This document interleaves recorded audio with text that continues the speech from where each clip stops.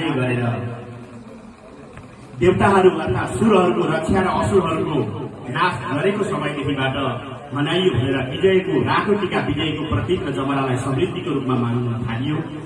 त्रेतायुगमा राम वनवास जानुभयो, रावणले सीतालाई हरण गरेर लिएर गयो। पछि रावण र रामको युद्ध भयो। जब रावणलाई नष्ट गरेर वा मारेर सीतालाई लिएर सकुशल विजयादशमीको तर्फ दिनै घर फर्किँदा वा अयोध्या फर्किँदाखेरि अयोध्यावासीले धुमधामसँग विजयादशमीको दिन विजय प्राप्त गरेर आएको हुनाले मनाइयो। अर्थात् जनकपुर र अयोध्याको सांस्कृतिक सम्बन्ध भने जस्तै जब राम फर्किँदाखेरि विजयादशमीमा त्यो अयोध्यावासीहरूले खुसी मनाए। त्यस दिनबाट यो मान्न थालियो भनिन्छ। जहाँ चाहिँ भए तापनि यो बडा दशैं हिन्दूहरूको एउटा मौलिक परम्परा हो। यसले यो बडा दशैंको सन्दर्भमा हामीले आफूभन्दा ठूला